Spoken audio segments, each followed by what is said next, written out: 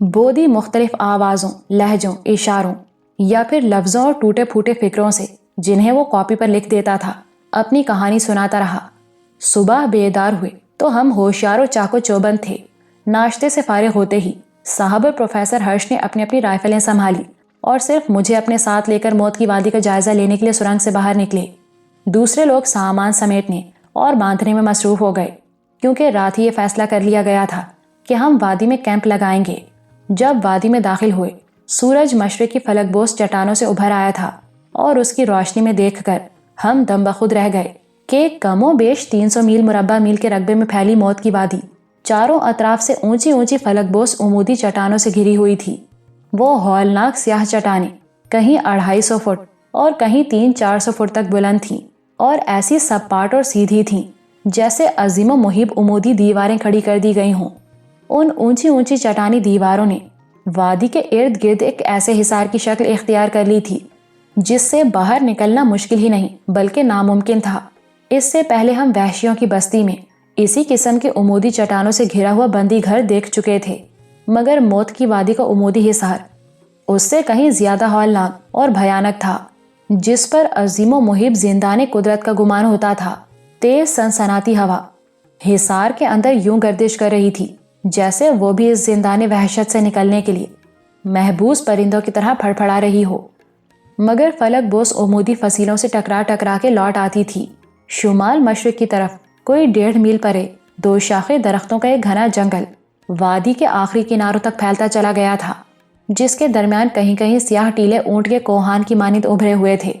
ان ہرے بھرے درختوں کو دیکھ کر پروفیسر ہرش پر مارے حیرت کے سکتہ سا گزر گیا اور وہ آنکھیں پھاڑ پھاڑ کے ادھر یوں دیکھتے رہے جیسے کوئی بعید از عقل عجوبہ نظر آ گیا ہو۔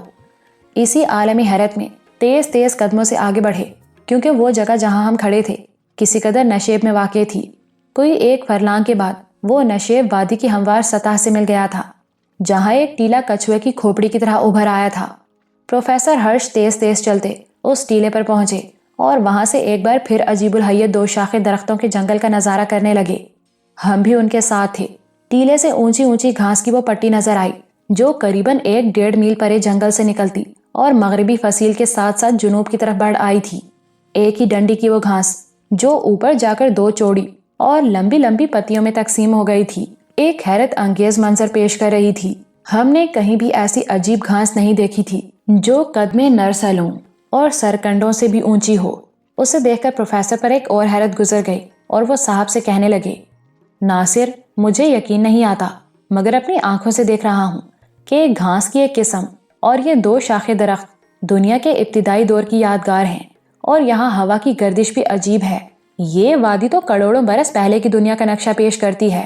صاحب بھی وادی کے ارد گرد کھڑے اونچے حصار، ایک ڈنڈی کی لمبی گھاس اور 2 شاخے درختوں کا جنگل دیکھ کر ورطۂ حیرت میں ڈوب گئے تھے۔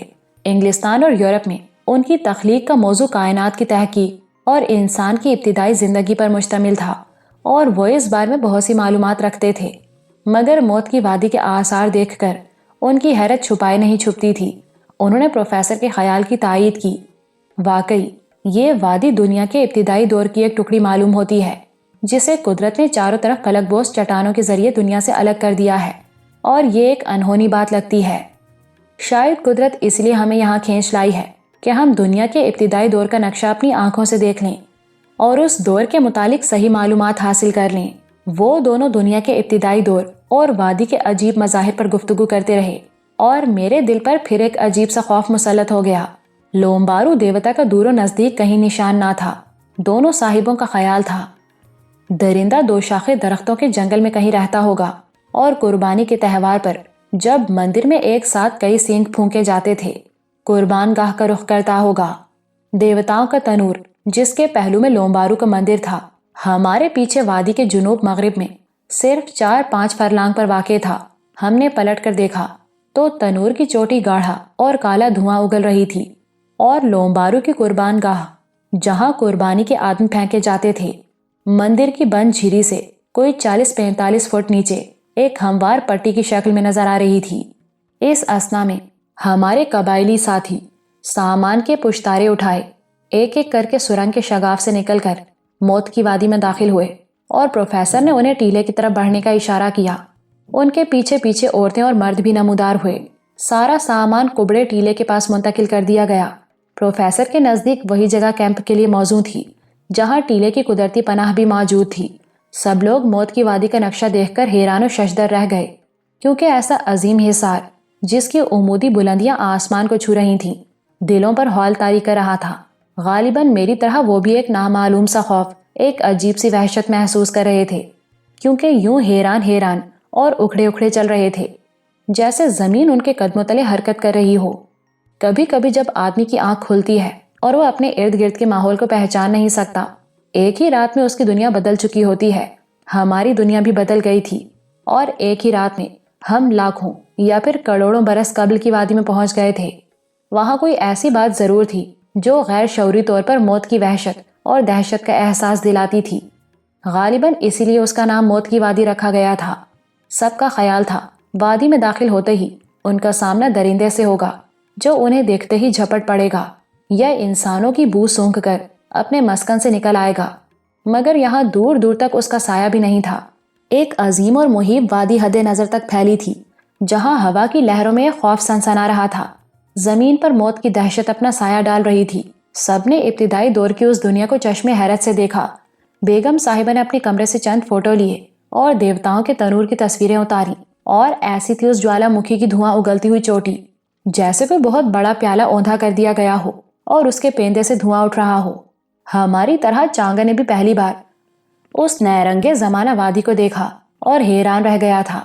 بوڑھا لاما بنجن اور سردار زولائی جو کئی سال پہلے گرفتار کر کے مندر میں لائے گئے اور اس کی جھیری سے آدم خور دیوتا کی جھلک دیکھ چکے تھے، کچھ اس طرح حیرت زدہ تھے جیسے نظر نہ آنے والی روحوں کے مرگھٹ میں چل رہے ہوں۔ دور جنگل کے دو شاخے درخت بھوتوں کی طرح کھڑے تھے۔ آسام کے پانکھو اور سنتھالی اور کوہلی اور کوکی جو اپنے بھوت مندروں میں بھوتوں کی پوجا کرتے اور ان کی خیالی شکلوں سے خوفزدہ رہتے تھے، وادی میں داخل ہوتے ہی ہراسا نظر آنے لگے، کیونکہ ایک نامعلوم سا خوف ان کے چہروں پر اتر آیا تھا، اور وہ خوف غالباً ان پرانی روحوں یا بھوتوں کا تھا جن کا ذکر وہ سنتے رہے تھے۔ مگر موت کی وادی میں خیالی بھوتوں کی بجائے ہم ایک زندہ بھوت یا عفریت کو دیکھنے والے تھے۔ ابھی ہم لوگ وادی کے خوفناک مظاہر پر حیران ہو رہے تھے کہ دیوتاؤں کے تنور کے سمت وحشیوں کا شور سنائی دیا۔ وہ قربانی کا تہوار منانے کے لیے لومبارو مندر کے آس پاس جمع ہو چکے تھے، اور اونچی اونچی چٹانوں کے اس جانب ان کے نعروں اور شور و غل کی آوازوں پر بہت دور چلنے والی آندھی کے شور کا گمان ہو رہا تھا۔ اچانک 40-45 فٹ بلندی پر واقع مندر کی جھری کھل گئی اور ایک ساتھ کئی سینگوں کی دہشتناک آواز موت کی وادی میں گونجنے لگی۔ وہ دیوتا کے لیے قربانی کا بلاوا تھا۔ چانگا نے بتایا کہ 7 پجاری بیک وقت سینگ پھونکتے اور دیوتا کو بلاتے ہیں۔ سینگوں کا وحشت انگیز شور سنتے ہی ہم سب چونک گئے اور ہتھیار اٹھا کر خطرے کا مقابلہ کرنے کے لیے تیار ہو گئے۔ صاحب نے پارٹی کو 2 حصوں میں تقسیم کر دیا۔ الیگزینڈر کوپر اور بیسوا بھی رائفل چلا سکتے تھے، انہیں رائفلیں دے دی گئیں۔ گولی چلانے والے صاحب کے ساتھ اور بھالا مارنے والے سردار زولائی کے ہمراہ تھے۔ عورتوں میں صرف بیگم صاحبہ پستول چلا سکتی تھیں۔ صاحب نے مجھے حکم دیا کہ میں عورتوں کی حفاظت کروں۔ ہم ٹیلے کے آس پاس ہی کھڑے تھے اور ابھی تک مندر کی جھیری سے کسی پجاری کی نظر ہم پر نہیں پڑی تھی۔ وہ سینگ پھونکنے میں مصروف اور خود بھی نظر نہیں آتے تھے، مگر ابھی تک درندے کا کہیں پتہ نہیں تھا۔ ناگہاں سینگوں کی بھیانک آوازوں کے درمیان شمال مغرب کی طرف 2 شاخے درختوں کے جنگل میں ایک ہولناک گرج بلند ہوئی، اور ایسی تھی وہ گرج جیسے پانی سے لدے اور بجلیوں سے بھرے ہوئے بادل آپس میں ٹکرا گئے ہوں۔ لومبارو نے سینگوں کی آواز سن لی اور اپنے مسکن سے نکل آیا تھا۔ بے اختیار ہماری نظریں اس ہولناک گرج کے تعاقب میں دوڑنے لگیں جو جنگل کے حاشیے پر ابھری تھی، مگر کچھ دکھائی نہ دیا کیونکہ راستے میں کچھ درخت حائل تھے۔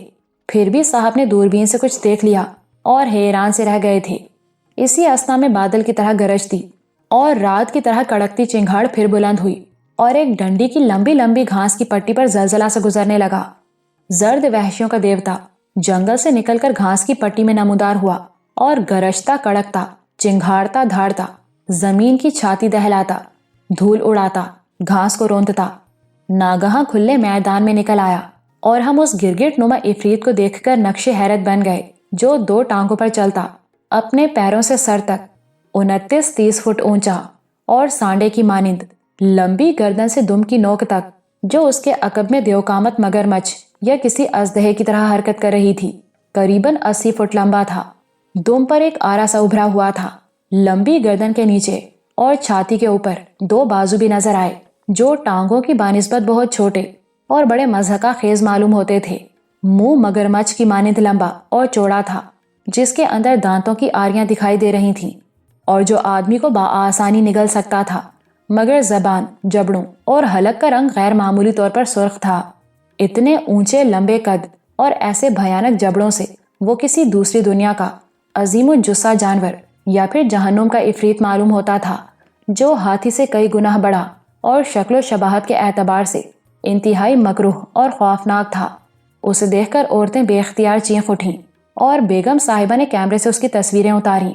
پروفیسر ہرش اور صاحب بھی دم بخود تھے۔ سب نے پروفیسر کی آواز سنی۔ یہ ڈائناسوری دور کا جانور ہے جس کی نسل 8 کروڑ برس قبل دنیا سے نابود ہو گئی تھی، مگر آج ہم اپنی آنکھوں سے اسے زندہ دیکھ رہے ہیں۔ کیا یہ میگالاسورس ہے ڈیڈ؟ بیگم صاحبہ نے سوال کیا۔ نہیں، پروفیسر کہنے لگے، میگالاسورس بھی اگرچہ گرگٹ نما اور گوشت خور درندہ تھا، مگر اس کی لمبائی 20-22 فٹ سے زیادہ نہیں تھی۔ اگر میں غلطی نہیں کرتا تو یہ ٹیرانوسورس ریکس اور ڈائناسورس کی کوئی مخلوط نسل ہے۔ میرا بھی یہی خیال ہے، صاحب نے پروفیسر کی تائید کی اور بتایا۔ محققین نے اپنی کتابوں میں ٹائرانوسورس ریکس کی اونچائی 30 فٹ اور لمبائی 50-55 فٹ بیان کی ہے، جبکہ ڈائناسورس کی لمبائی 50 سے 80 فٹ اور قامت ہاتھی سے 5 گنا بڑی بتائی جاتی ہے۔ ناصر، یہ 100% ان کی مخلوط نسل کا درندہ ہے جسے وحشی لومبارو دیوتا کے نام سے یاد کرتے اور آدمیوں کی قربانی دیتے ہیں۔ ہمارے آسامی قبائلیوں پر تو سکتہ ستاری ہو گیا تھا۔ وہ اس خوفناک عفریت کو کوئی انتہائی بدروح یا سردار بھوت سمجھ رہے تھے، مگر وہ جو کچھ بھی تھا چشم انسانی کے لیے ایک بھیانک عجوبہ تھا اور چنگھاڑتا دھاڑتا جنوب کے رخ دیوتاؤں کے تنور کی طرف چلا جا رہا تھا۔ اچانک صاحب نے اپنے ساتھیوں کو اشارہ کیا اور اس کا راستہ کاٹنے کے لیے آگے بڑھے۔ میں بیگم صاحبہ کے ساتھ ساتھ ان کے پیچھے ہو لیا، جو کسی حالت میں بھی صاحب سے الگ نہ ہونا چاہتی تھیں۔ اچانک سینگوں کی دہشتناک آواز بند ہو گئی، کیونکہ درندہ ابھی قربان گاہ سے دور ہی تھا کہ ہمیں دیکھ کر اس نے رخ بدلا۔ اوپر غضبناک آواز میں چنگھاڑتا، شور مچاتا ہماری جانب بڑھا۔ اس کے رخ بدلنے سے مندر کی اونچی جھیری سے مذہبی اغوا اور پجاریوں نے بھی ہمیں دیکھ لیا اور حیرت کے بت بن گئے۔ لومبارو کی وادی میں، جہاں کسی زندہ آدمی کا داخل ہونا ممکن نہ تھا، اتنے مسلح آدمیوں کی موجودگی ان کے لیے کسی اچنبھے سے کم نہ تھی۔ سینگوں کی آواز بند ہو جانے سے اب وادی لومبارو کی چنگھاڑوں اور دھاڑوں سے گونج رہی تھی، اور وہ 2 ٹانگوں پر چلتا، دیو پیکر دم لہراتا، دانتوں کی آریاں چمکاتا، گونجتا، گرجتا ہماری طرف لپک رہا تھا۔ ہمارے اور اس کے درمیان ایک ٹیلا حائل تھا۔ صاحب نے ٹیلے کے پیچھے کھڑے ہو کر کوئی 200 یا 250 فٹ کے فاصلے سے 375 میگنم کی طاقتور رائفل سے پہلی گولی چلائی، اور اتنا زبردست دھماکہ ہوا کہ ایک پل کے لیے درندہ بھی حیران سا انہی قدموں پر رک گیا۔ ہم سمجھے شاید گولی اس کے جسم میں اتر گئی ہے، مگر صاحب نے دیکھ لیا تھا کہ گولی اس کی موٹی کھال سے، جو لوہے کی مانند سیاہ رنگ اور سخت ہو چکی تھی، اچٹتی ہوئی نکل گئی اور درندے کو زخم نہ لگا سکی تھی۔ وہ گولی کی تکلیف سے نہیں، رائفل کے لرزہ خیز دھماکے پر حیران ہوا، اور ایسا دھماکہ اس نے پہلی بار سنا تھا۔ صاحب نے دوسری گولی چلائی اور درندہ قہر و غضب میں چنگھاڑتا پھر آگے بڑھا۔ اب ان کے رائفل بردار ساتھیوں نے ایک ساتھ گولیوں کی باڑ ماری، مگر نتیجہ پھر وہی تھا۔ ساری گولیاں اس کی آہنی کھال سے اچٹ کر خالی گئیں۔ یہ ایک حیرت انگیز اور خوفناک صورتحال تھی جس نے سب کو سراسیمہ کر دیا۔ درندہ چنگھاڑتا، غراتا اور سیٹیاں بجاتا ٹیلے کے بالکل قریب آ گیا تو سب لوگ تیزی سے پیچھے ہٹے اور ایک بار پھر رائفلوں میں گولیاں بھرنے لگے۔ صاحب نے سردار زولائی، سونگا مونگا اور چانگا سے کہا کہ عقب سے اس کے جسم پر بھالوں کی ضرب لگانے کی کوشش کریں۔ وہ فوراً دائیں بائیں بکھر گئے۔ پھر ایک ساتھ 4 بھالوں کے نوکدار پھل اس کے جسم سے ٹکرائے، لیکن کوئی ضرب یا زخم لگانے میں ناکام رہے۔ کسی بھالے کا پھل درندے کی کھال میں نہ اتر سکا، البتہ وہ فوراً نئے حملہ آوروں کی طرف متوجہ ہوا اور اپنی دیوقامت دم سے جھپٹا مارا۔ چانگا، جو اپنی بیٹی کا انتقام لینے کے جوش میں دوسری ضرب لگا رہا تھا، اس جھپٹے کی زد میں آ کر الٹ گیا۔ ابھی سنبھل بھی نہ پایا تھا کہ درندے نے اسے زمین سے یوں اچک لیا جیسے کوئی ہاتھی کسی چوہے کو اپنی سونڈ میں جکڑ لے۔ چانگاہ کی چیخ بلند ہوئی۔ درندہ اسے ایک ہاتھ میں جکڑے کھلے منہ کی طرف لے جا رہا تھا۔ اسے آدم خور عفریت کی گرفت سے چھڑانے کے لیے ایک ساتھ کئی بندوقیں دھاڑی، مگر درندے پر ان گولیوں کا بھی کوئی اثر نہ ہوا اور ہمارے دیکھتے ہی دیکھتے اس نے چانگا کو حلق میں اتار لیا، جس پر تینوں عورتیں چیخ اٹھیں اور ہمارے قبائلی ساتھیوں کے پسینے چھوٹ گئے۔ یہ ایک ایسا لرزہ خیز واقعہ تھا جس نے جسموں پر کپکپی طاری کر دی اور ہم سب موت کا بھیانک خطرہ محسوس کرنے لگے، کیونکہ پراسرار تگائی کی یہ بات بھی پوری ہوئی تھی کہ ہتھیار دیوتا کے جسم پر نہیں چل سکتا، اور اس کا یہ فکرہ ہمارے ذہن کے ویرانوں میں کسی بگولے کی طرح اڑتا پھر رہا تھا کہ موت کی وادی میں موت کے سوا اور کچھ نہیں۔ زندہ سلامت چانگا کو لومبارو کے پیٹ میں اترتے دیکھ لینے کے بعد نہ صرف ہمارے حوصلے پست ہو گئے بلکہ اپنی جانوں کا دھڑکا لگ گیا تھا۔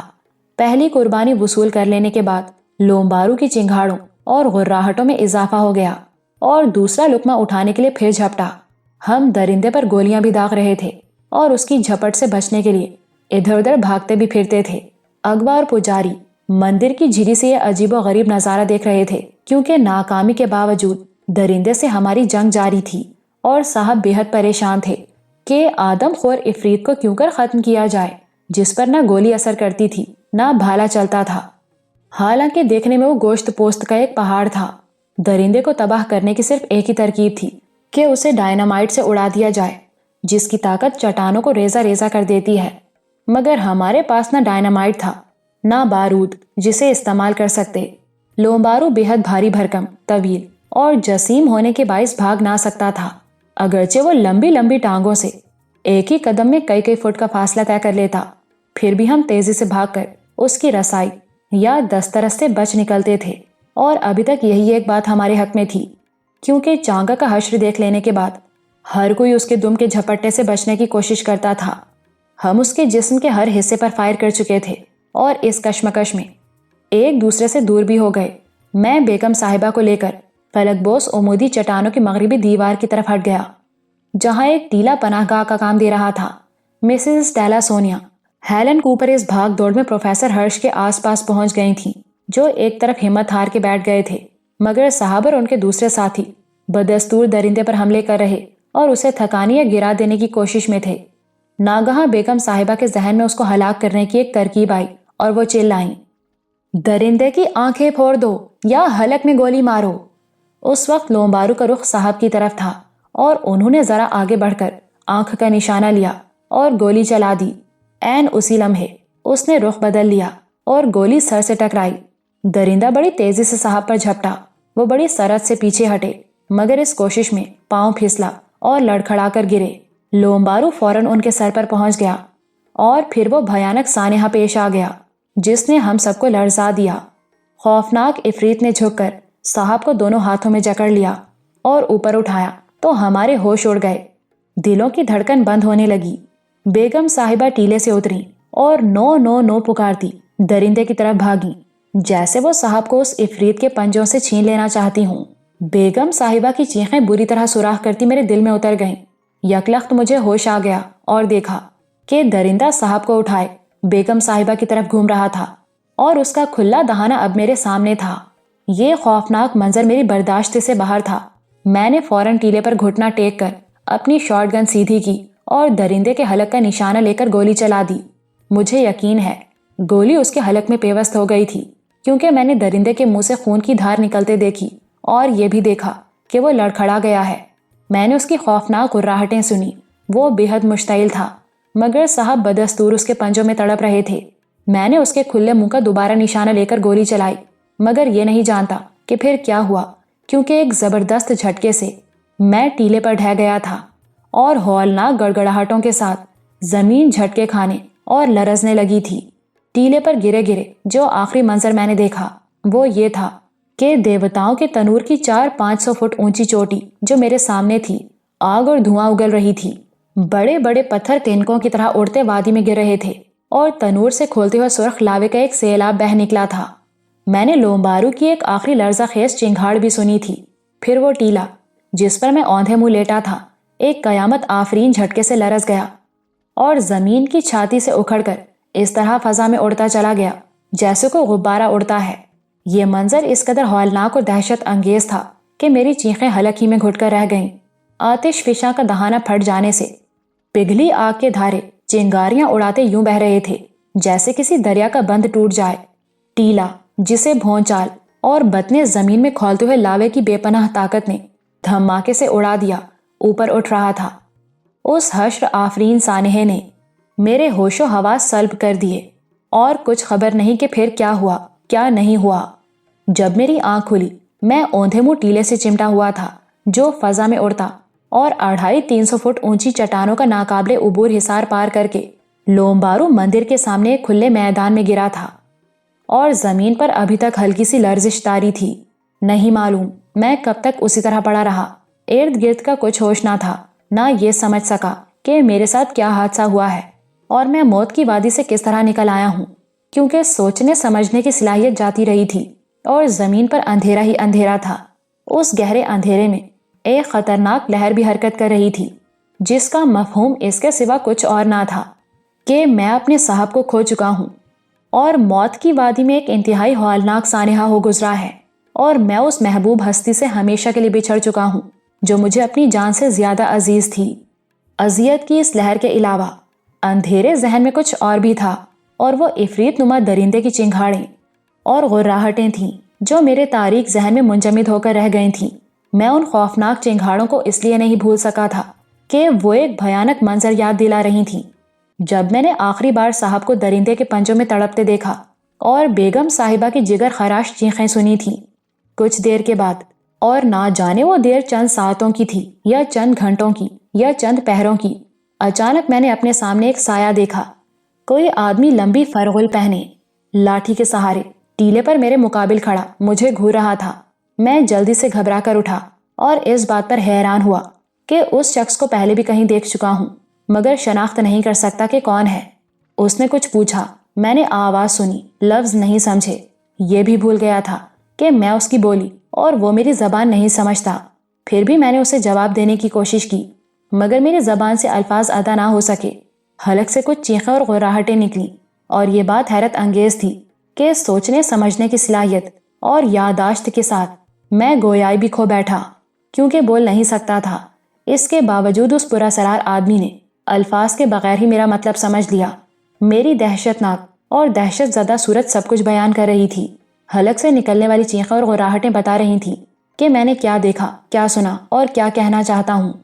اس آدمی نے جو دراصل صدیوں کی روح یا پراسرار تگائی تھا اور جسے میرا حافظہ پہچاننے سے انکار کر رہا تھا، میرا ہاتھ پکڑ لیا۔ وہ مجھے لے کر ٹیلے سے اترا اور اپنے غار میں آ گیا۔ میں تگائی کو پہچانتا تھا، نہ اس کے غار کو۔ میرے لیے دنیا اور دنیا کی ہر شے اجنبی ہو گئی تھی۔ میں پھر بھی اس پراسرار اجنبی پر بھروسہ کر رہا تھا، اسے اپنی ناقابل فہم آوازوں میں کچھ بتانے اور کچھ سمجھانے کی کوشش کر رہا تھا، حالانکہ کچھ بتائے بغیر ہی وہ سب کچھ جانتا، سب کچھ سمجھتا تھا۔ اس نے اپنے کالے علم کا پردہ مجھ پر ڈال دیا اور میرے سوئے ہوئے ذہن میں بولنے لگا کہ لومبارو نہیں مرا، مگر موت کی وادی میں ایک قیامت گزر گئی ہے، اور دیوتاؤں کا تنور پھٹ گیا ہے، اور بہتی آگ نے لاوے کی شکل میں وہ سرنگ بھی بند کر دی ہے جس سے گزر کر ہم لوگ لومبارو کے مسکن میں داخل ہوئے تھے۔ اب موت کی وادی میں جانے کا کوئی راستہ باقی نہیں رہا، مگر جنوب سے کچھ اور لوگ آئیں گے جو لومبارو کا خاتمہ کر دیں گے، اس لیے مجھے اپنے دیس واپس جانا ہوگا۔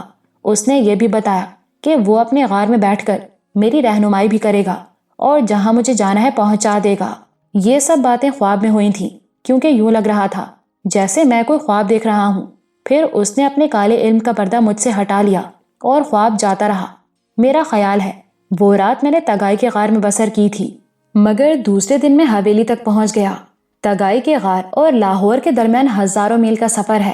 وہ سفر میں نے کس طرح طے کیا اور لاہور کیسے پہنچا، اس کی تفصیل نہیں بتا سکتا۔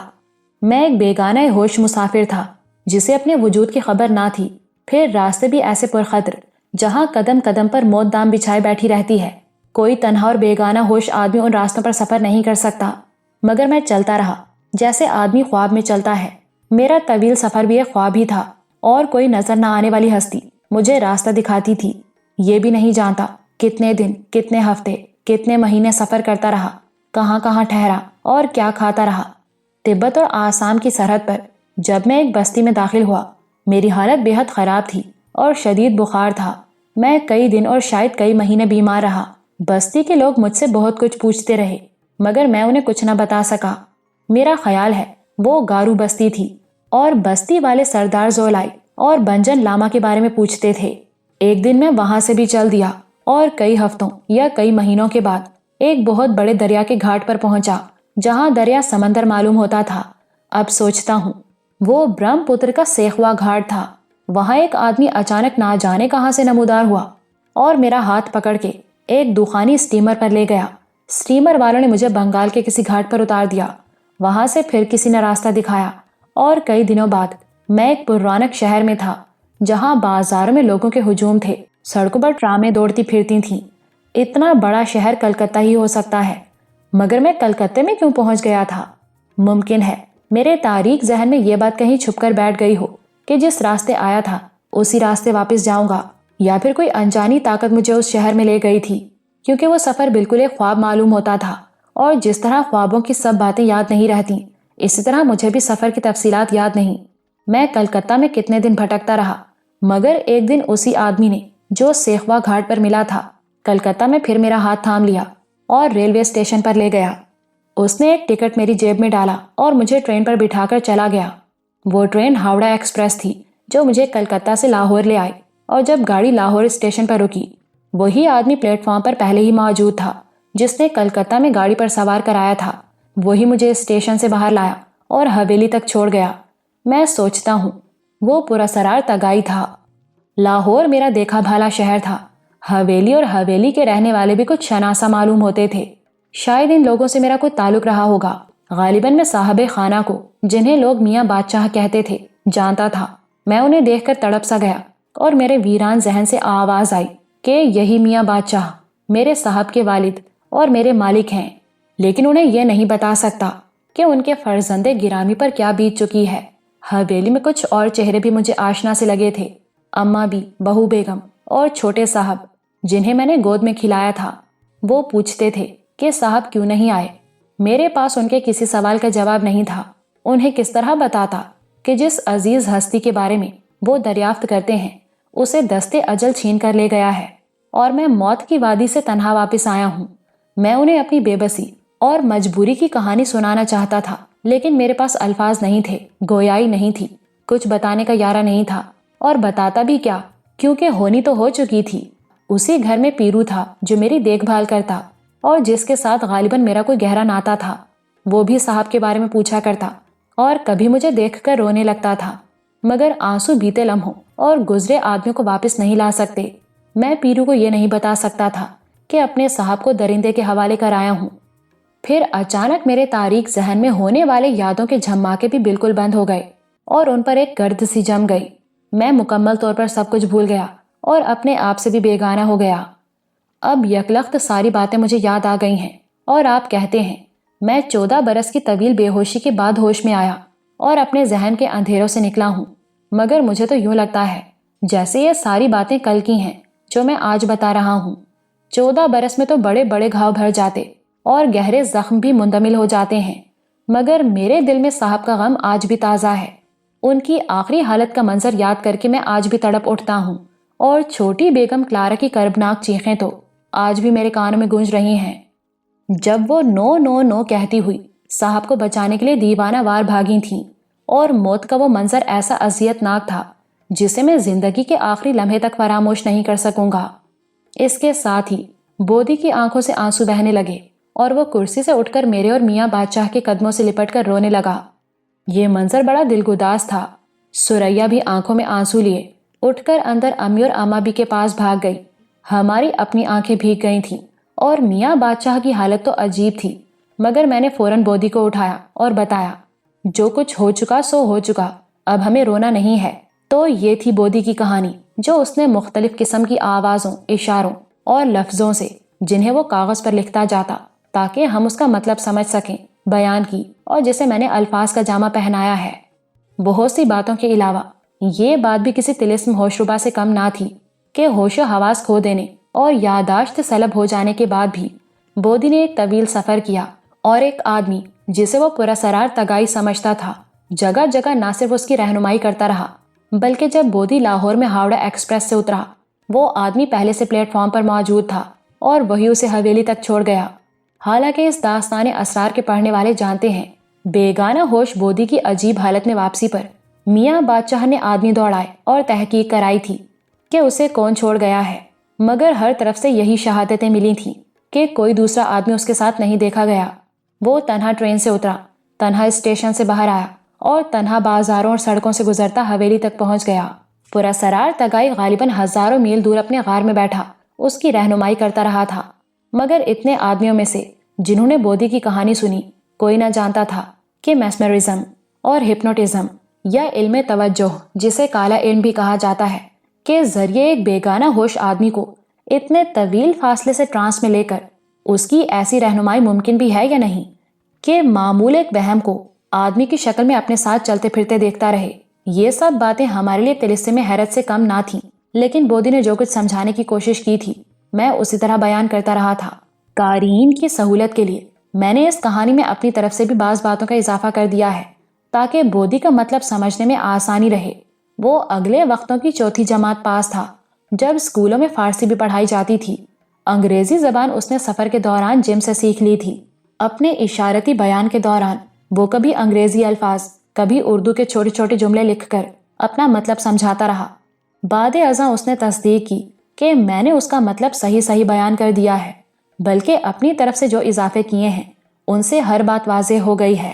بودھی کی یہ کہانی ابو اور ان کی پارٹی کے متعلق دوگل اور کریاپا کی شہادت کے بعد دوسری اور دراصل آخری قطعی شہادت تھی جس سے ان کی موت پر پڑا ہوا پردہ اسرار اٹھ گیا اور ہمیں معلوم ہو گیا کہ وہ اور ان کے ساتھی تموچا کی بستی سے تو بچ نکلے تھے، مگر درندے کے مسکن میں جسے تگائی موت کی وادی کہتا تھا اجل نے انہیں گھیر لیا۔ ابو کی طرح ان کے ساتھی بھی درندے کا لقمہ بنے ہوں گے، یا پھر آتش فشاں کا کھولتا لاوا انہیں چاٹ گیا ہوگا۔ اگر قیامت آفریں زلزلے کے دوران وہ سرنگ کی طرف بھاگے بھی ہوں گے تو کنواں عبور کرنے سے پہلے ہی لاوے کے سیلاب نے انہیں آ لیا ہوگا اور سب وہیں جل مرے اور سرنگ ہی میں دفن ہوئے ہوں گے، کیونکہ جیسا تگائی نے بتایا تھا بہتے لاوے نے سرنگ پاٹ دی اور موت کی وادی کا وہ راستہ بھی بند کر دیا تھا۔ اس پارٹی سے صرف بودھی ہی زندہ واپس آ سکا جسے قدرت نے بڑے حیرت انگیز اور معجزانہ انداز میں موت کے حصار سے باہر لا پھینکا تھا۔ ڈاکٹر احمد کا وہ طبی اور نفسیاتی تجربہ بھی بالکل درست نکلا جو 14 برس قبل کیا گیا تھا، اور جس کے مطابق جب یہ حادثہ پیش آیا اس وقت درندے نے بودھی کے صاحب کو اپنی گرفت میں لے رکھا تھا۔ وہ اس کی چیخیں اور درندے کی غراہٹیں سن رہا تھا کہ اچانک زمین اس کے قدموں تلے سے نکل گئی اور اس کے اعصاب کو زبردست جھٹکا لگا جس سے دماغ اندھیروں میں ڈوب گیا اور گویائی جاتی رہی۔ تو یہ تھے وہ حیرت انگیز واقعات اور اسرار جن کا بودھی نے انکشاف کیا، اور انہیں جان لینے کے بعد ابو اور ان کی پارٹی کو پیش آنے والے ہولناک حادثے کا راز کھلا۔ اب درندے سے انتقام لینے کا جذبہ میرے دل میں کسی جوالا مکھی کے لاوے کی طرح کھولنے لگا تھا۔ بودھی کی کہانی نے حویلی میں سنسنی پھیلا دی۔ ابو اور ان کی پارٹی کے متعلق وہ تمام اندازے جو مختلف ذریعوں سے لگائے جاتے رہے تھے حقیقت کا روپ دھار کر سامنے آ گئے۔ 15 برس قبل گارو بستی سے آنے والے آخری خط میں وحشیوں کے آدم خور دیوتا کی تلاش میں دور افتادہ اور غیر مہذب علاقے کی طرف روانگی کا ذکر تھا۔ 1 برس بعد جس حالت میں بودھی کی واپسی ہوئی اور ڈاکٹر احمد نے اس کے طبی اور نفسیاتی تجزیے کے بعد جو المناک رپورٹ ترتیب دی اس سے حادثے کی ایک تصویر سامنے آ گئی تھی، اور اب بودھی کی کہانی اس تصویر سے مختلف نہ تھی۔ اس نے جو کچھ بتایا بے حد المناک اور جگر خراش تھا جسے سن لینے کے بعد سب لوگ حیرت اور غم کی تصویر بن گئے، مگر حویلی کے اندر رونے اور سسکیاں ابھرنے کی آواز نہیں ابھری۔ امی اور اماں بھی نے بھی حادثے کی تفصیل سنی کیونکہ وہ ڈرائنگ روم سے ملحق کمرے میں آ بیٹھی تھیں۔ ابو کی آخری حالت اور کلارا آنٹی کی چیخو پکار کا ذکر سن کر ان کی آنکھیں تو ضرور بھیگی ہوں گی، پھر بھی انہوں نے صبر و تحمل کا دامن نہیں چھوڑا۔ میاں بادشاہ تھوڑی دیر کے لیے ڈرائنگ روم سے اٹھ کر اندر چلے گئے مگر جلد لوٹ آئے۔ وہ اگرچہ ایک بار پھر اپنے وجود کو کسی ویران عمارت کی طرح خالی محسوس کر رہے تھے، اور ان کی آنکھوں کے گوشوں سے برسوں یا پھر صدیوں کا غم جھانک رہا تھا، کیونکہ کبھی کبھی دنیا صدیوں کی چال چلتی ہے اور آدمی اس کے بہاؤ میں تنکے کی طرح اڑا چلا جاتا ہے۔ اس کے باوجود خود کو سنبھالنے کی کوشش کر رہے تھے، شاید اس لیے کہ دوسرے لوگوں کی طرح ہمارا دکھ بھی انتہا کو پہنچ گیا تھا اور ہمیں جو کچھ سننا تھا وہ سن لیا تھا۔ میں نے اس اسنا میں پرنسس اندرا کے دونوں محافظوں ٹھاکر اجیت سنگھ رگھو رائے کے ساتھ دگل، کریاپا، سلطان علی، پیرو اور بودی کو بھی رخصت کر دیا تھا کہ وہ آرام کریں۔ کمرے میں princess Indira, doctor Ahmed, professor Aslam, Rana Safdar اور وکرم رہ گئے تھے، یا پھر میں تھا، میاں بادشاہ تھے۔ اس بات کا ذکر ضروری سمجھتا ہوں کہ بودی کے ذریعے ہمیں زرد وحشیوں اور آدم خور درندے کے بارے میں جو حالات معلوم ہوئے وہ انتہائی خوفناک، سنگین، لرزہ خیز اور پراسرار تھے، اور ان حالات میں اندیکھے کٹھن راستوں پر سفر کرنے اور کسی مہم پر نکلنے کے سارے ولولے سرد پڑ جاتے ہیں، مگر میرے دوست اور ساتھی ان حالات کی وحشت سے ہراساں نہیں ہوئے، بلکہ درندے کو ہلاک کرنے اور اس وادی حیرت و اسرار کو دیکھنے کا ارادہ پہلے سے بھی مصمم ہو گیا، جہاں ایک پارٹی اپنے انجام کو پہنچ چکی تھی۔ البتہ یہ بات ہر شخص کے لیے ایک ناقابل فہم معمہ بن گئی کہ عفریت نما درندہ جسے وحشی لومبارو دیوتا کے نام سے یاد کرتے تھے، ابو اور پروفیسر ہرش کے نزدیک ڈائناسوری دور کے ٹریناسورس ریکس اور ڈائناسورس کی کوئی مخلوط نسل تھی۔ بودی نے کاغذ پر اس کے یہی نام لکھے تھے، حالانکہ طبقات الارض اور تاریخ و آثار کے ماہر کہتے ہیں کہ ڈائناسوری جانوروں اور درندوں کی نسل 8 کروڑ سال پہلے ختم ہو گئی تھی۔ اس کے بعد کرۂ ارض پر زندگی کتنے ہی روپ اور کتنے ہی ادوار سے گزرنے کے بعد موجودہ حالت کو پہنچی تھی۔ اس لیے کروڑوں برس قبل کے ایک درندے کا آج کی دنیا میں پایا جانا انتہائی حیران کن تھا۔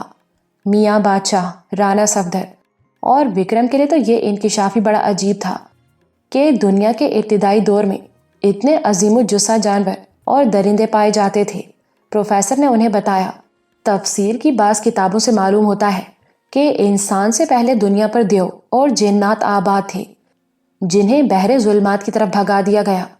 یہ دراصل انہی دیو پیکر جانوروں اور درندوں کی طرف اشارہ ہے جو کروڑوں برس پہلے دنیا میں موجود تھے۔ پروفیسر اس سلسلے میں کافی معلومات رکھتے تھے۔ وہ بتانے لگے، کرۂ ارض پر زندگی کا ظہور سمندروں سے ہوا۔ سمندروں سے یہ زندگی ابتدائی دور کے خاکابی جانوروں کے ذریعے جو پانی، کیچڑ اور مٹی یعنی کھلی فضا میں زندہ رہ سکتے تھے، خشکی پر منتقل ہوئی۔ مینڈک خاکابی جانوروں سے تعلق رکھتا ہے۔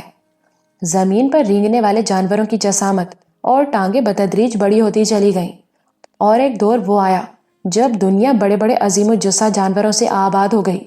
اس کو ڈائناسوری دور کہا جاتا ہے۔ اس وقت ابھی انسان کی تخلیق عمل میں نہیں آئی تھی۔ بائبل کی کتاب پیدائش میں لکھا ہے، خدا نے ابتدا میں زمین و آسمان کو پیدا کیا، اور گہراؤں کے اوپر اندھیرا تھا، اور خدا کی روح پانی کی سطح پر جنبش کرتی تھی، اور خدا نے کہا کہ روشنی ہو جا، اور روشنی ہو گئی۔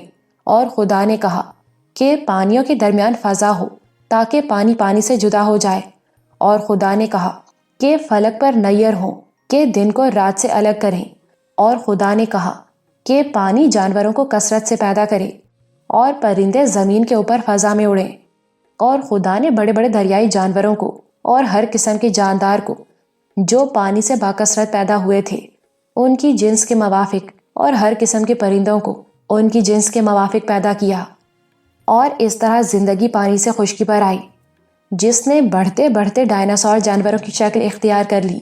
لیکن طبقات الارض حیوانات اور تاریخ و آثار کے ماہرین کی تحقیق کے مطابق ڈائناسوری نسل دنیا سے اچانک ختم ہو گئی۔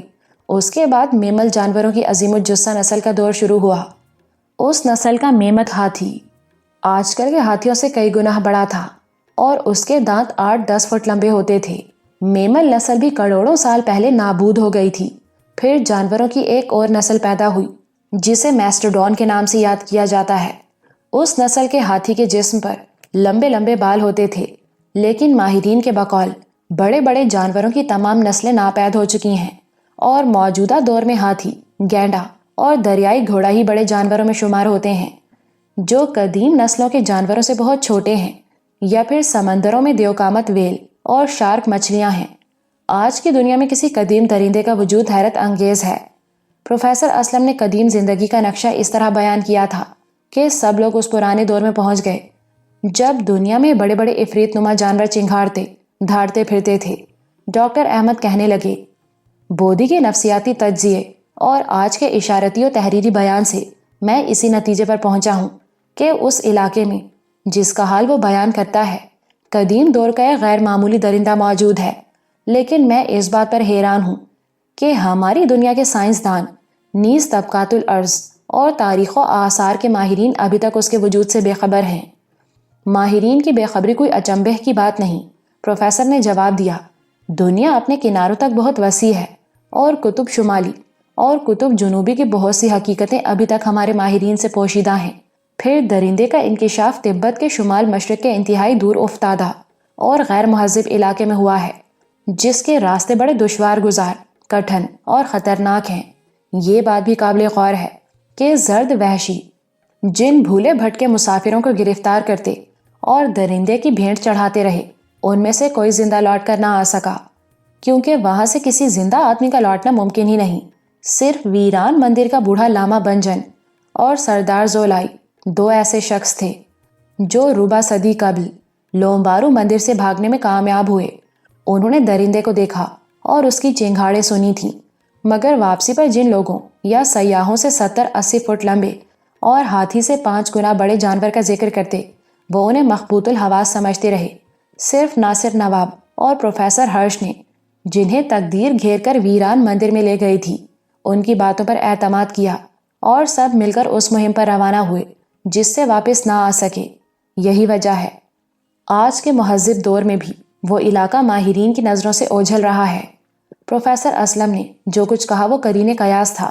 دنیا کے بہت سے علاقوں تک مہذب آدمیوں کی رسائی نہیں، اور نہ جانے ابھی کیسی کیسی حیرت انگیز باتیں ہماری نظروں سے اوجھل ہیں۔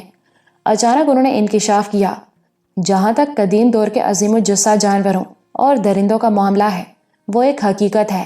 صحرائے گوبی سے ڈائناسوری جانوروں کے دیوپیکر ڈھانچے برآمد ہوئے ہیں۔ ڈھانچوں کے علاوہ ان کے بڑے بڑے انڈے بھی ملے ہیں جو کروڑوں برس ریت میں دفن رہے۔ ڈائناسوری نسل کی مادہ دیوقامت ہونے کے باوجود انڈے دیتی تھی۔ میرا خیال ہے اس دور میں منگولیا کا وہ علاقہ صحرا نہیں ہوگا۔ ان کی بات سن کر میرے ذہن میں ایک عجیب خیال دوڑنے لگا۔ ڈائناسوری جانوروں کے ڈھانچے اور انڈے اگر صحرائے گوبی سے دریافت ہوئے ہیں تو لومبارو کا مسکن یا موت کی وادی بھی وہاں سے دور نہیں۔ تبت کا شمال مشرقی دور افتادہ حصہ چین کے ذریعے منگولیا سے ملحق ہے، اور جغرافیائی اعتبار سے وہ پورا علاقہ ایک ہی رینج میں آتا ہے۔ پروفیسر یکلخت اچھل سے گئے۔ تم نے تبت اور منگولیا کی جغرافیائی وحدت کا ذکر کر کے مجھے چونکا دیا۔ اب یہ معاملہ کچھ اور واضح ہو رہا ہے۔ جب ماہرین کے نزدیک صحرائے گوبی ڈائناسوری جانوروں اور درندوں کا مسکن رہا ہے، تو یقیناً شمال مشرقی تبت میں بھی ان کی نسل پائی جاتی ہوگی، اور موت کی وادی چونکہ اپنی آب و ہوا، ایک ڈنڈی کی لمبی لمبی گھاس اور 2 شاخے درختوں کی وجہ سے دنیا کے ابتدائی دور کا نقشہ پیش کرتی ہے، جس کے ارد گرد قدرت نے فلک بوس چٹانوں کا ناقابل عبور حصار بنا رکھا ہے۔ اس لیے ڈائناسوری جانور آج بھی وہاں موجود ہوں گے۔ آپ کا مطلب ہے لومبارو کے علاوہ اور جانور؟ ڈاکٹر احمد بھی منگولیا اور تبت کی جغرافیائی وحدت پر چونکے تھے۔ اگر اور جانور نہیں تو بھی لومبارو کی نسل کا امکان ضرور ہے۔ آپ جانتے ہیں نر اور مادہ کے بغیر کوئی نسل آگے نہیں چلتی، اور میں پراسرار تگائی کی یہ بات ہرگز تسلیم نہیں کر سکتا کہ وہ لومبارو انگنت صدیوں سے زندہ ہیں۔ آدمی ہو یا جانور صرف اپنی طبعی عمر تک جیتا ہے۔ موت کی وادی میں قدیم ترین نسل کا درندہ موجود ہے، تو ہم اس کی مادہ اور بچوں کے امکان کو نظر انداز نہیں کر سکتے۔ دراصل یہ بات ہمیں پہلے سوچ لینی چاہیے تھی کہ زندگی کا طبعی عمل ہی جو نر اور مادہ کے ملاپ کا نتیجہ ہے، کسی جنس کو نسل در نسل زندہ رکھتا ہے۔ اب ڈاکٹر احمد نے پروفیسر کے خیال کی تصدیق کی۔ میں بھی یہی سوچتا ہوں کہ درندے کے ساتھ اس کی مادہ اور بچے ضرور ہوں گے۔ ایک ایسے خونخوار اور وحشی جانور کی افزائش نسل کے تصور نے سب کو پریشان کر دیا، جو آدمی کو ایک ہی لقمے میں نگل لیتا تھا۔ میاں بادشاہ تڑپ کر بولے، پھر تو اس درندے کا وجود نسل انسانی کے لیے زبردست خطرہ ہے۔ پروفیسر اسلم نے ان کی بات فوراً پکڑ لی۔ آپ کے خیال میں درندہ نسل انسانی کے لیے زبردست خطرہ ہے تو اس کا خاتمہ ہونا چاہیے؟ ضرور ہونا چاہیے۔ ابھی میاں بادشاہ کچھ اور بھی کہنے والے تھے کہ ڈاکٹر احمد نے توجہ دلائی، ایسے خطرناک درندے کو شاید حکومت کی مدد کے بغیر ختم نہ کیا جا سکے۔ دادا میاں کے پاس تو ہر مرض کا علاج سرکار انگلیشیا تھی۔ کہنے لگے، ہماری سرکار انگلیشیا جرمنی کی فوجی طاقت کو تباہ و برباد کر سکتی ہے، تو کیا ایک درندے کو ختم نہیں کر سکے گی؟ میں گورنر پنجاب کے ذریعے وائسرائے سے درخواست کروں گا کہ وہ ڈاکٹر احمد نے ان کی بات پھر کاٹ دی۔ مگر تبت انگریزی علاقہ نہیں۔ نہ صحیح، دادا نے جواب دیا۔ انگریز وائسرائے لکھ دیں گے تو تبت کی سرکار انکار نہیں کرے گی۔ دادا میاں سمجھتے تھے انگریز کا لکھا پتھر پر لکیر ہوتا ہے۔ پروفیسر اسلم نے بتایا، ویران مندر کا لاما بنجن اور سردار زولائی کئی برس انگریزی سیاحوں کو اپنی کہانی سناتے رہے، مگر کسی نے اس پر یقین نہیں کیا۔ وائسرائے بھی یقین نہیں کرے گا کہ ڈائناسوری دور کا کوئی درندہ آج بھی موجود ہے۔ آپ کے پاس بودھی کی کہانی کے علاوہ اس درندے کے بارے میں کوئی ثبوت نہیں، اور انگریز دستاویزی ثبوت کے بغیر کوئی بات نہیں مانتا۔ میں نے دیکھا۔ دادا میاں سوچ میں پڑ گئے۔ 15 برس پہلے بیٹے کی گمشدگی کے متعلق پنجاب گورنمنٹ کے ذریعے آسام کی شمال مشرقی سرحدی ایجنسی سے معلومات حاصل کرنے کا تلخ تجربہ ہو چکا تھا۔ یہ بھی سوچا ہوگا حکومت یا وائسرائے کو اس معاملے سے کیا دلچسپی ہو سکتی ہے۔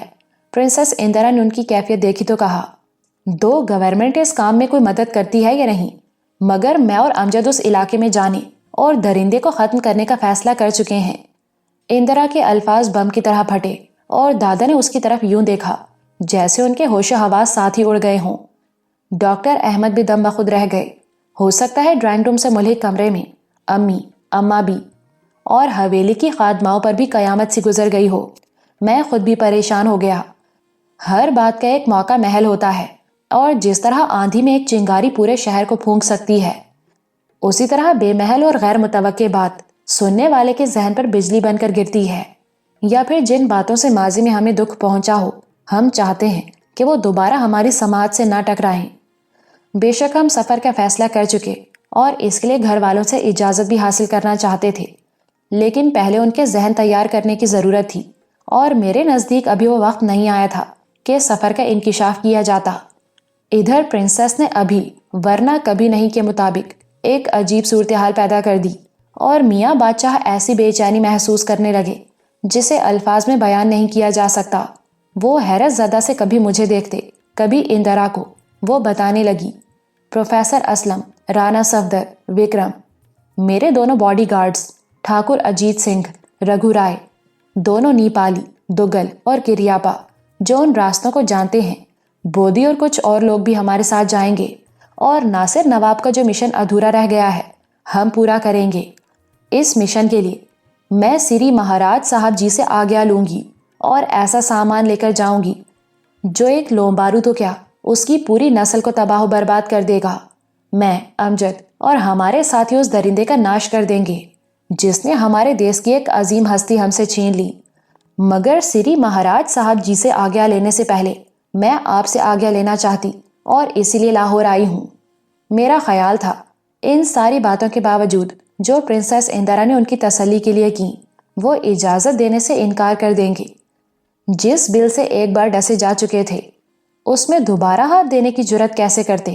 انہوں نے حیرت پاش نظروں سے میری طرف دیکھا اور ڈوبی ڈوبی آواز میں پوچھا، امجد بیٹے، کیا تم کوئی فیصلہ کر چکے ہو؟ مجھے یوں لگا ان الفاظ میں ان کی ساری زندگی کے دکھ، ماضی کے سارے گھاؤ اور سارے کرب گھل مل گئے ہیں، اور وہ موت و حیات کی لکیروں کے درمیان کھڑے میرا فیصلہ سننا چاہتے ہیں۔ یقیناً میرا جواب انہیں جیتے جی مار دینے کے مترادف ہوتا۔ کچھ سوچ نہیں رہا تھا کہ کیا کہوں، بولوں یا خاموش رہوں، مگر پرنسس اندرا نے جو بات کھول دی اسے چھپانا لا حاصل تھا۔ پھر بھی میں نے قدرت اور تقدیر کا سہارا لینا ضروری سمجھا اور کہا، دادا میاں، کچھ فیصلے زمین پر ہوتے ہیں، کچھ آسمان پر۔ کوئی آدمی آسمان پر ہونے والے فیصلوں کو تبدیل نہیں کر سکتا۔ 15 برس پہلے آسمان کا فیصلہ ہمارے خلاف ہوا تھا، مگر نیا فیصلہ ہمارے حق میں ہوگا، کیونکہ ممانی نگار نے استخارہ کیا اور مجھے سفر پر جانے کی اجازت دے دی ہے۔ میاں بادشاہ پر ایک اور حیرت گزر گئی۔ جانتے تھے نگار اور چھوٹے ماموں مجھے امی جان کی طرح عزیز رکھتے ہیں، اور کسی ایسے سفر کی اجازت نہیں دے سکتے جس سے واپسی کی امید نہ ہو۔ اس انکشاف کے ساتھ، جس میں نگار کے استخارے اور قدرت کے اشارے سے روحانی تسکین کا پہلو نکلتا تھا، ایک اور بات بھی سوجھی۔ آپ نے سب نے بودھی کی کہانی سنی، اور اس کہانی میں پراسرار تگائی نے اشارہ دیا ہے کہ جنوب سے کچھ اور لوگ آئیں گے جو لومبارو کا خاتمہ کر دیں گے۔ اس لیے دادا نے ہاتھ اٹھایا اور میری بات کاٹ دی۔ تم نے کوئی فیصلہ کیا ہے یا نہیں؟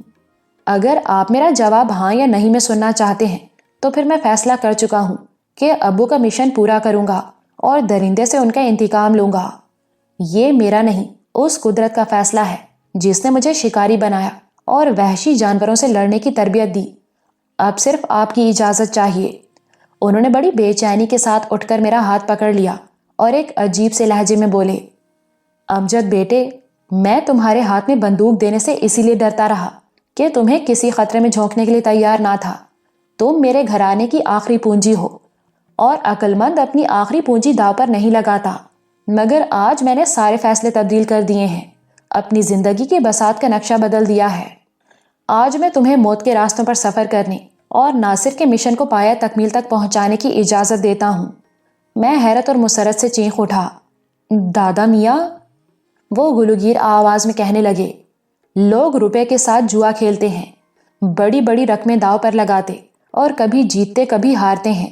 میں نے دولت کے ساتھ کبھی جوا نہیں کھیلا، وہ آپ سے آپ میرے پاس آ جاتی ہے، مگر اپنی اولاد کو داؤ پر لگایا ہے، اور تم جانتے ہو کہ ایک بازی ہار چکا ہوں۔ اگر میں نے دوسری بازی بھی ہار دی تو دنیا سے نامراد جاؤں گا، کیونکہ کسی کی زندگی میں اس کا شجرہ نسب کٹ جانا سب سے بڑی نامرادی ہے۔ پھر بھی تمہیں جانے سے نہیں روکتا، اپنے باپ کا انتقام لینا تم پر فرض ہے۔ یہ کہتے کہتے ان کی آنکھوں سے آنسو امڈ آئے اور اسی حالت میں مجھے گلے سے لگا لیا۔ سب لوگ اس المناک سی صورتحال پر حیران بھی تھے، غمگین بھی تھے۔ میری حیثیت میاں بادشاہ کی آخری پونجی کی تھی اور انہوں نے اپنی آخری پونجی سے ہاتھ اٹھا لیا تھا۔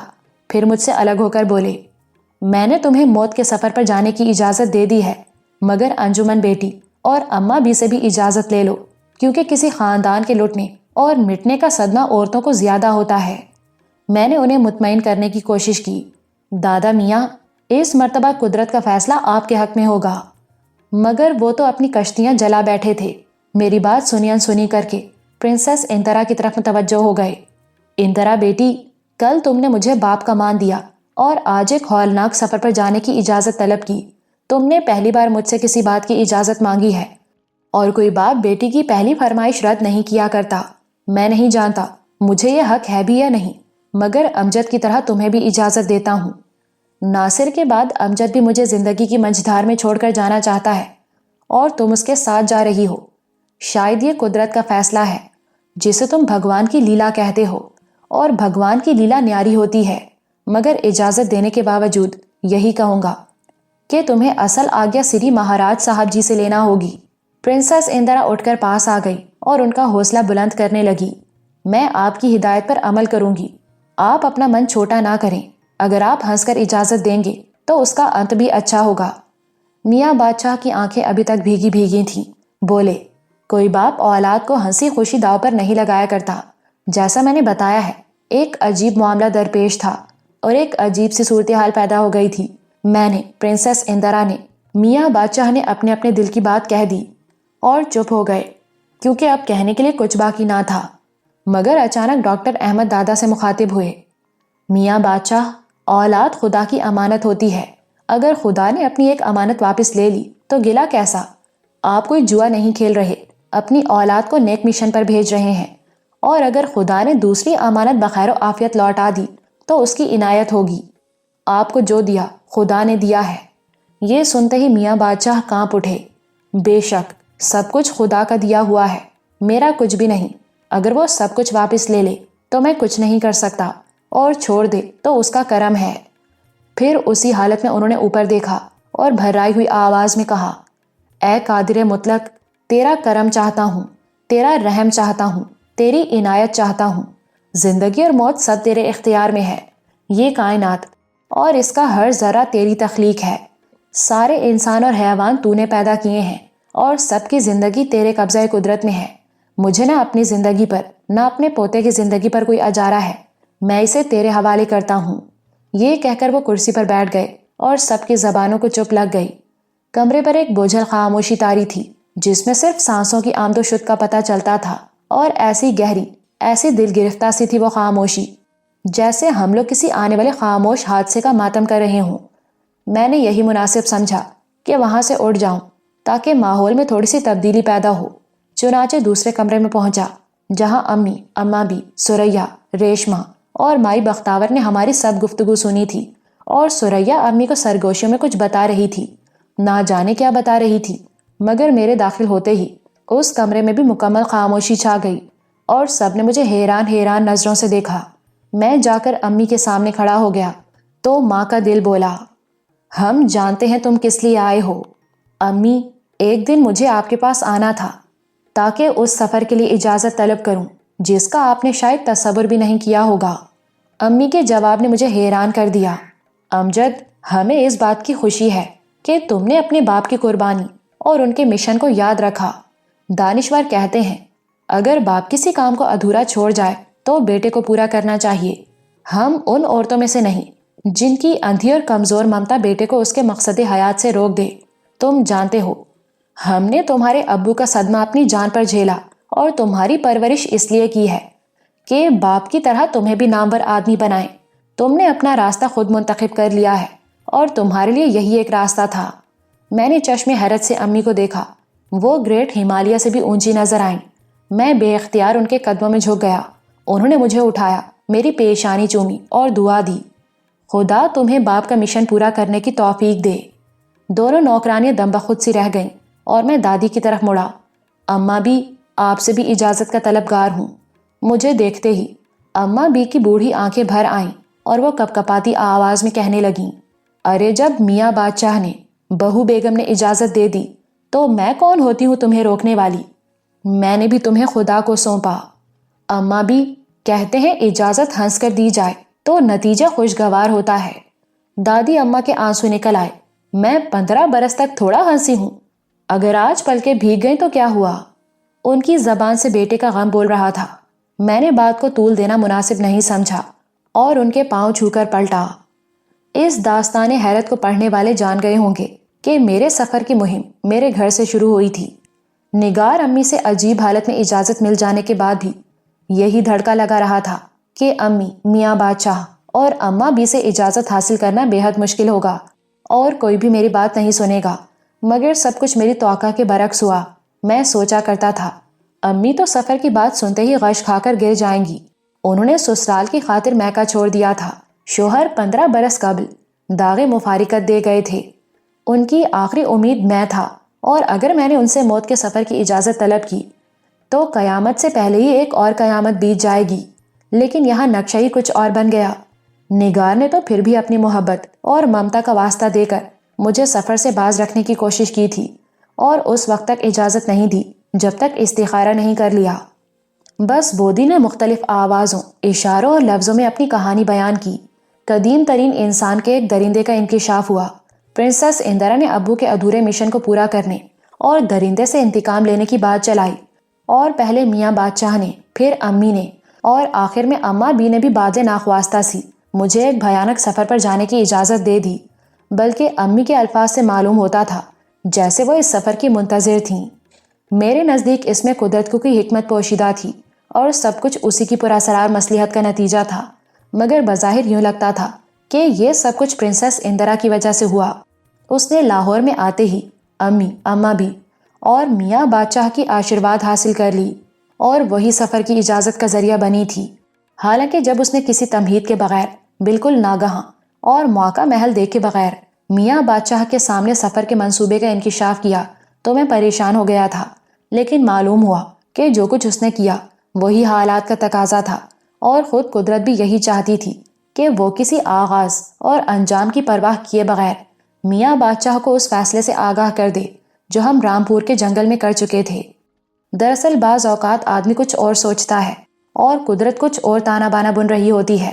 وہ حالات کی قبر کھودنے سے ڈرتا ہے کہ اس کی تہ سے ماضی کو کوئی مردہ نہ نکل آئے، لیکن تقدیر چاہتی ہے آدمی اپنے ماضی کا دامن جھٹک کر آگے بڑھے۔ اس کے ذہن میں دانش اور فراست کے کتنے ہی غرفے کیوں نہ کھل جائیں، وہ قدرت کی حکمتوں کو نہیں سمجھتا کہ اس نے سمندر کی سطح پر دائرہ کیوں کھینچا ہے اور دھرتی میں خاک کس لیے ڈالی ہے۔ عقل انسانی بہت سی حکمتوں کا شعور نہیں رکھتی۔ وہ جن باتوں کو مسترد کرتا ہے وہی اس کی کامیابی کا زینہ بنتی ہیں۔ کچھ ایسی ہی صورتحال سے میرا سابقہ پڑا۔ اب میں اس بات سے بھی انکار نہیں کر سکتا کہ پرنسس اندرا نے راجستھان کی طرف سفر کرنے کی بجائے اچانک پنجاب کا رخ کیا اور کسی پروگرام کے بغیر میرے ساتھ لاہور آ گئی، تو یہ بھی قدرت کی حکمتوں میں سے ایک حکمت تھی۔ میں نے غور کیا تو یہ بات حیرت انگیز طور پر میرے خیال کی تائید کر رہی تھی کہ دادا میاں نہ صرف انگریزوں کے بڑے مداح تھے بلکہ والیان ریاست سے بھی بے حد متاثر تھے۔ ان کے نزدیک کسی نواب اور مہاراجا کا مہمان بننا یا انہیں اپنا مہمان بنانا سوسائٹی میں بڑا اعزاز تھا۔ حالانکہ دولت و حشمت کے اعتبار سے وہ خود کئی نوابوں اور مہاراجوں پر فائق تھے۔ یہ رویہ کسی احساس کمتری کا نتیجہ تھا، نہ اس سے کسی برتری کا اظہار مقصود تھا، کیونکہ خود بڑے منکسر المزاج اور غریبوں، محتاجوں، بیواؤں کی اس طرح مدد کرتے رہتے تھے کہ کسی کو بھی خبر نہ ہوتی۔ رعونت اور شیخی ان کے قریب تک نہ پھٹکتی تھی۔ بس یہ عادت یا کمزوری ان کے مزاج کا حصہ بن گئی تھی کہ بڑے آدمیوں کی عزت اپنا فرض سمجھتے تھے۔ ان کا خیال تھا شاہی خاندانوں کے افراد ذوق سلیم کے مالک اور تعصب سے دور ہوتے ہیں، اور جب کوئی فیصلہ کر لیتے ہیں تو نتائج کی پرواہ کیے بغیر اس پر عمل پیرا ہو جاتے ہیں۔ حالانکہ یہ کوئی قاعدہ کلیہ نہیں تھا۔ میں نے سوچا شاید قدرت نے اسی لیے پرنسس اندرا کے دل میں یہ بات ڈال دی تھی کہ وہ لاہور پہنچے اور میاں بادشاہ سے سفر کی اجازت کے لیے اپنا کردار ادا کرے۔ اس کے ساتھ تجربہ کار شکاریوں کی آمد نے بھی دادا کو متاثر کیا، کیونکہ وہ والیان ریاست کے قابل اعتماد شکاری تھے۔ امی اگرچہ ان باتوں کی اہمیت نہیں دیتی تھیں، مگر ان کی شخصیت کے اس پہلو نے مجھے حیران بھی کیا اور ایک نیا حوصلہ بھی بخشا کہ وہ مجھے بڑا آدمی بنانا چاہتی ہیں۔ ان کے نزدیک میں نے سفر کا جو راستہ منتخب کیا، میرے لیے وہی ایک راستہ باقی تھا، کیونکہ بیٹا اپنے باپ کے نقش قدم پر چلتا اور اس کے ادھورے کام کو پورا کرتا ہے۔ اسی خیال نے مجھے کئی سال بے چین رکھا، اور اب اس پر عمل پیرا ہونے کے اسباب پیدا ہو رہے تھے۔ تو لاہور آنے کے بعد حالات نے میری توقع کے خلاف جو صورت اختیار کر لی، اس میں قدرت کی حکمت اور مصلحت کار فرما تھی کہ میں موت کے راستوں پر سفر کرنے کے لیے تیار ہو جاؤں۔ ڈاکٹر احمد میرے ساتھیوں اور دادا میاں سے رخصت ہوئے تو میں تھوڑی دور ان کے ہمراہ چلا اور بودی کی گویائی لوٹ آنے سے متعلق بات چیت کی۔ انہوں نے جواب دیا، بعض بیماروں اور بیماریوں کا علاج ڈاکٹر کرتے ہیں، مگر بعض بیمار ایسے ہوتے ہیں جنہیں صرف قدرت اچھا کر سکتی ہے۔ پھر بھی میں بودی کے علاج کی کوشش کروں گا۔ وہ چلتے چلتے ایک جگہ رک گئے اور میرے شانے پر ہاتھ رکھ کر کہنے لگے، دنیا میں کوئی مشکل اور مصیبت ایسی نہیں جس پر انسان قابو نہ پا سکے، اور کوئی جانور اور درندہ ایسا نہیں جسے اس نے زیر نہ کیا ہو۔ میں نہیں جانتا اس وادی حیرت و اسرار میں جہاں تم جاؤ گے کیا حالات پیش آئیں، مگر ایک بات پر یقین رکھتا ہوں کہ خدا انسانی قربانی کو پسند نہیں کرتا، اور وہ آدم خور درندے کی ہلاکت میں ضرور تمہاری مدد کرے گا۔ مجھے امید ہے کہ تم کامیاب و کامران لوٹو گے، دنیا کے قدیم آثار و اسرار کے متعلق بہت سے حیرت انگیز انکشافات کرو گے، اور نواب ناصر حیات کی طرح تمہارا نام بھی عزت سے لیا جائے گا۔ پھر وہ میرا شانہ تھپتھپاتے آگے بڑھ گئے اور میں وہیں کھڑا ان کی باتوں پر غور کرتا رہا۔ کبھی کبھی ذہن میں سوچ کے بھنور پڑتے ہیں تو آدمی خود بھی ان میں ڈوب جاتا ہے، مگر مجھے ہر بھنور کو چیر کر آگے بڑھنا تھا۔ میں سوچ کی لہروں سے ابھرا اور حویلی میں واپس آیا تو معلوم ہوا پرنسس اندرا نے اپنی واپسی کا اعلان کر دیا ہے اور کل لاہور سے رخصت ہو جائے گی۔ یہ بات مجھے پیرو نے بتائی۔ میں سیدھا پرنسس کے کمرے میں پہنچا۔ سریا اور میاں بادشاہ بھی وہیں موجود تھے۔ میں نے واپسی کے متعلق پوچھا تو اس نے جواب دیا، مجھے ریاست سے نکلے بہت دن ہو گئے، میں نے لاہور دیکھنا تھا دیکھ لیا، پھر کبھی آئی تو میاں بادشاہ جب تک کہیں گے ٹھہروں گی۔ اس نے دادا سے وعدہ کیا تھا کہ اسی سال کے اندر دوبارہ لاہور آئے گی، اور وہ اسی وعدے پر اسے جانے کی اجازت دے چکے تھے۔ مجھ سے کہنے لگی، ابھی سری مہاراج صاحب جی سے سفر کی آگیا لینی ہے، مجھے جلد واپس جانا چاہیے۔ سوچا اس کے لاہور آنے کا مقصد پورا ہو چکا ہے، اب واپسی ضروری ہے۔ چنانچہ دوسرے دن پرنسس اندرا لاہور سے رخصت ہو گئی۔ رخصت ہونے سے پہلے اس نے ایک بار پھر امی کے پاؤں چھو لیے، اماں بی کی آشیرواد لی، میاں بادشاہ کو ہاتھ جوڑ کے پرنام کیا اور سریا سے شیک ہینڈ کیا۔ دادا نے پنجاب کی سوغاتوں کے علاوہ ہزاروں روپے کے قیمتی تحائف دیے۔ اس کے دونوں محافظوں کو انعام و اکرام سے نوازا، رانا صفدر اور وکرم کو تحفوں کے ساتھ نقد رقم بھی دی، جسے انہوں نے بڑے اصرار کے بعد قبول کیا۔ وہ لوگ رجواڑوں کی داد و دہیش بھول گئے، مگر میاں بادشاہ کا دستور یہی تھا، مہمان کو خالی ہاتھ رخصت نہیں کرتے تھے۔ گاڑی کی روانگی کے بعد میں دادا کے ساتھ ریلوے اسٹیشن سے نکل رہا تھا کہ انہوں نے سرگوشیانہ لہجے میں کہا، میں تمہارے لیے پرنسس اندرا جیسی دلہن چاہتا ہوں۔ میں ان کی بات سن کر حیرت زدہ رہ گیا، مگر کوئی جواب نہ دے سکا۔ پیرو، بودی، سلطان علی، دگل، کریاپا پیچھے پیچھے آ رہے تھے، بس انہیں دیکھا اور چپ سادھ لی۔ پرنسس ان طرح ہمارے گھرانے کی بہت سی یادیں لے کر رخصت ہوئی اور اپنی راجپوتی ریت اور پریت کے بھی کئی نقش دلوں پر چھوڑ گئی۔